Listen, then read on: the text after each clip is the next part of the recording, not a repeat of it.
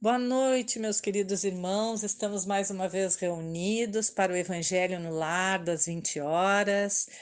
E eu convido a todos neste momento que levemos o nosso pensamento a Deus, a Jesus, a espiritualidade amiga da Casa Espírita Eulália Nogueira, que com certeza está conosco. Agradecemos esta oportunidade, agradecemos a nossa saúde que permite estar aqui. Agradecemos por tudo, principalmente esta oportunidade de estudar, de aprender um pouquinho e, através deste estudo, ter um entendimento para a nossa reforma íntima, que é o que importa.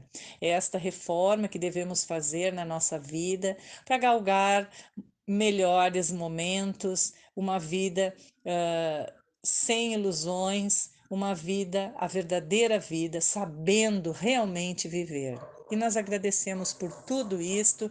E a nossa lição de hoje é do capítulo 26. Dai gratuitamente o que gratuitamente recebestes, o dom de curar. Itens 1 e 2. O item 1 diz o seguinte: restituí a saúde aos doentes, ressuscitai os mortos, curai os leprosos, expulsai os demônios. Dai gratuitamente o que gratuitamente haveis recebido. Mateus, capítulo 10, versículo 8. Item 2. Dai gratuitamente o que gratuitamente haveis recebido, diz Jesus a seus discípulos. Com essa recomendação, prescreve que ninguém se faça pagar daquilo por que nada pagou. Ora, o que eles haviam recebido gratuitamente era a faculdade de curar os doentes e de expulsar os demônios, isto é, os maus espíritos. Esse dom Deus lhes dera gratuitamente para alívio dos que sofrem e como meio de propagação da fé. Jesus, pois, recomendava-lhes que não fizessem dele objeto de comércio, nem de especulação, nem meio de vida. Então, este pequeno trecho do nosso evangelho, que é o dom de curar, parece tão pequenininho, mas é de tanta grandiosidade, tem tanto ensinamento aqui que a gente podia falar por mais de hora. Mas resumindo tudo, meus irmãos, nós somos os mesmos que vivemos na época de Jesus, direto ou indiretamente. Então, hoje, Jesus nos chama para seguir aquele trabalho. Somos os trabalhadores da última hora. E ele espera muito de nós, da nossa colaboração, porque nós já temos um entendimento maior da sua doutrina, das realidades da vida, né? Nós sabemos já de muita coisa, então é a hora de trabalhar, a hora de arregaçar as mangas e colocar em prática aquilo que nós viemos estudando desde lá. Somos espíritos antigos, não somos espíritos novos. Então temos que acordar. E aí Jesus fala aqui que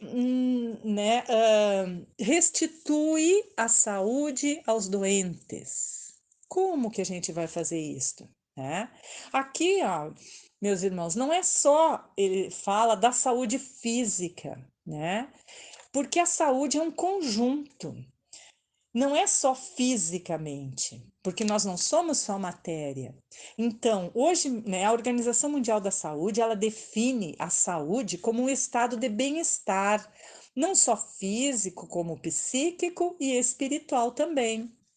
Então, esse conceito de saúde é muito amplo. E Jesus nos passou uma responsabilidade imensa de colaborar, de contribuir para restituir o estado de bem-estar físico, psíquico e espiritual para as criaturas que estão sem essa condição, que estão em desequilíbrio. Toda vez que estamos desconfortáveis, nos vários aspectos da nossa vida, né, gente, nós estamos adoentados. Toda doença física, ela tem origem no campo psíquico e no campo espiritual.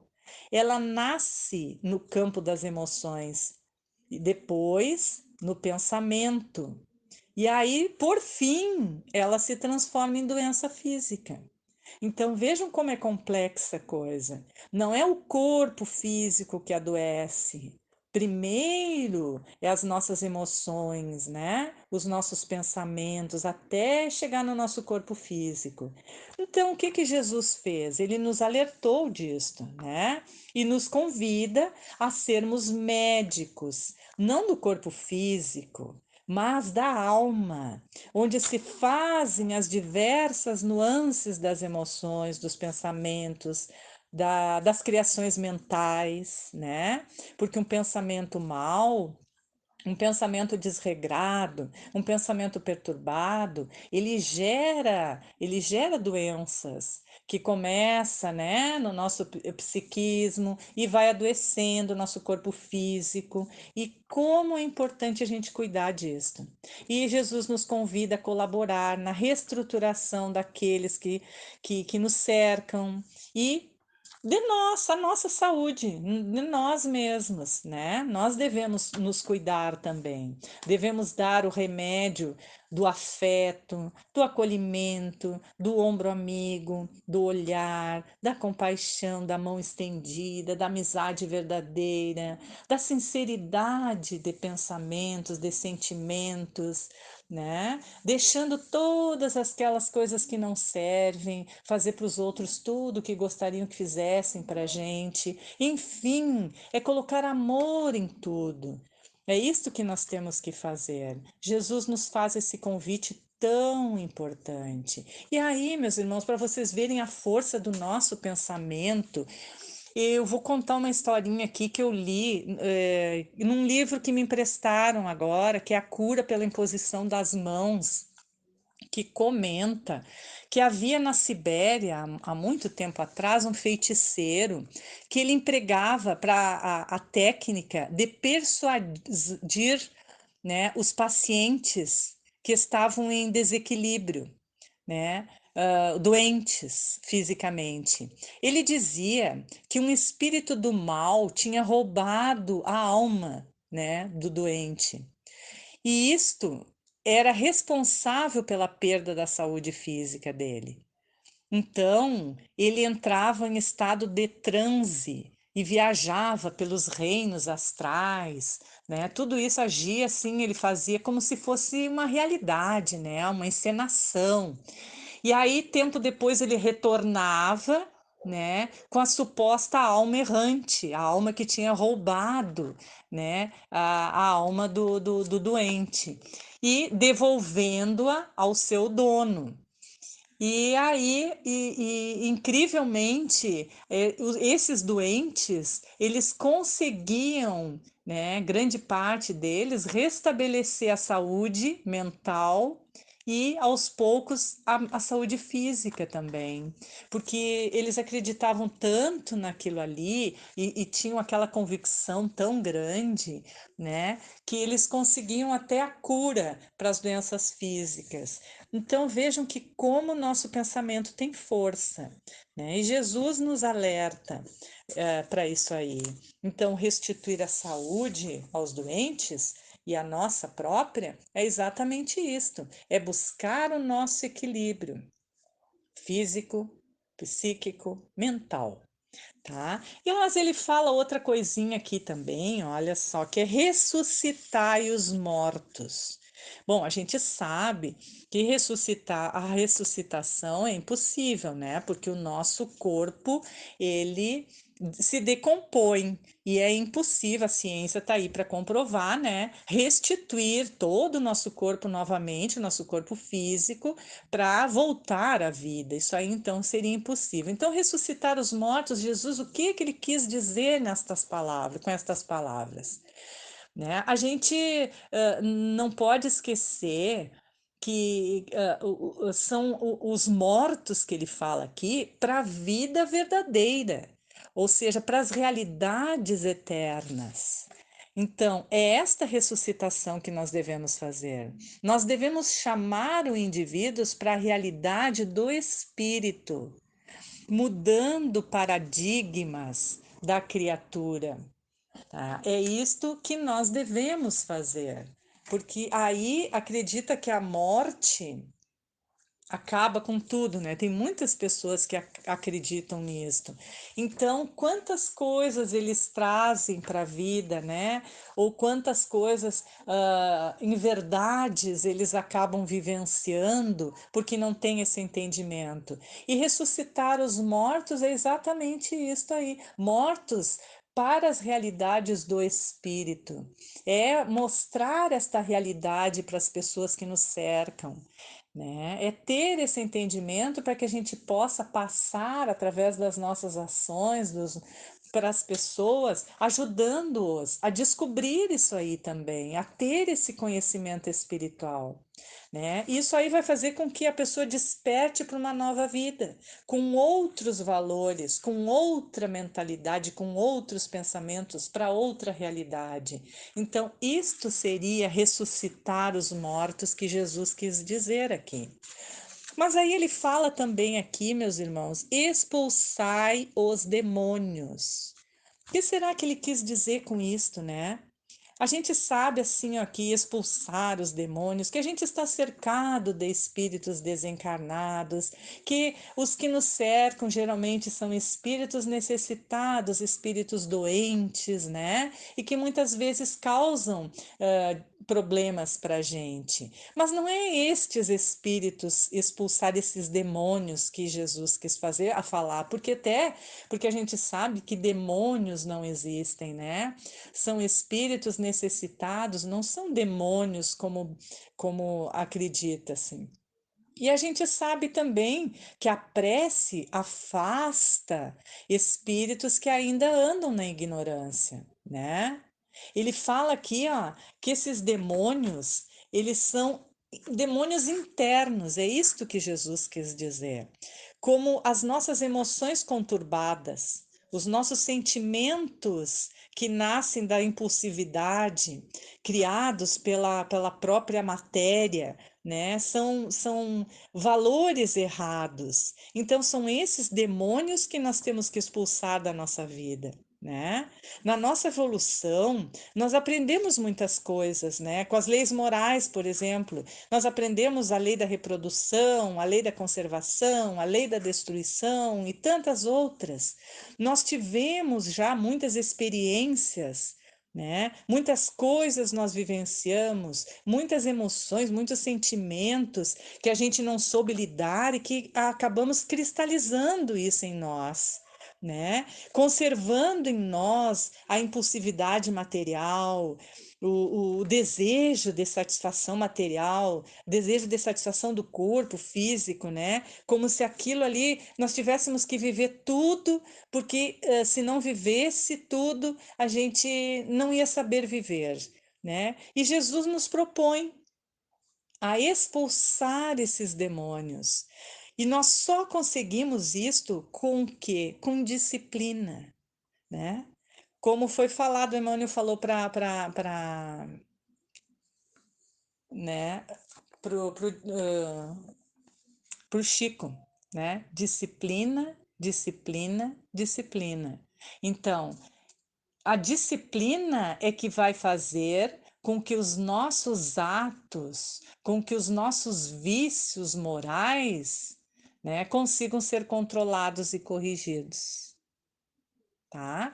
Então, a importância disso aí, de expulsar esses demônios que ainda nós carregamos, de valores errados que há muito tempo, né, que já está enraizado em nós, mas que nós precisamos urgentemente retirar da nossa vida. E aí Jesus fala também que dai de graça o que de graça recebemos. O que que nós recebemos? Gente, nós recebemos tudo de graça. Embora, claro, a gente tenha, né, uma parcela, porque do nosso livre-arbítrio, tudo a gente tem essa colaboração através do nosso livre-arbítrio e muitas coisas que nos acontecem, nós temos esta parcela também, né? Mas tudo se faz pela permissão divina. Isso a gente não pode esquecer nunca, da misericórdia de Deus para conosco, né? Então, Claro que tem a nossa responsabilidade baseada no nosso esforço, mas tudo deve ser feito sem cobrança excessiva, né? Porque a cobrança excessiva ela pode gerar nas mentes, em nós ou no nosso próximo, né, a culpa. E aí estraga tudo.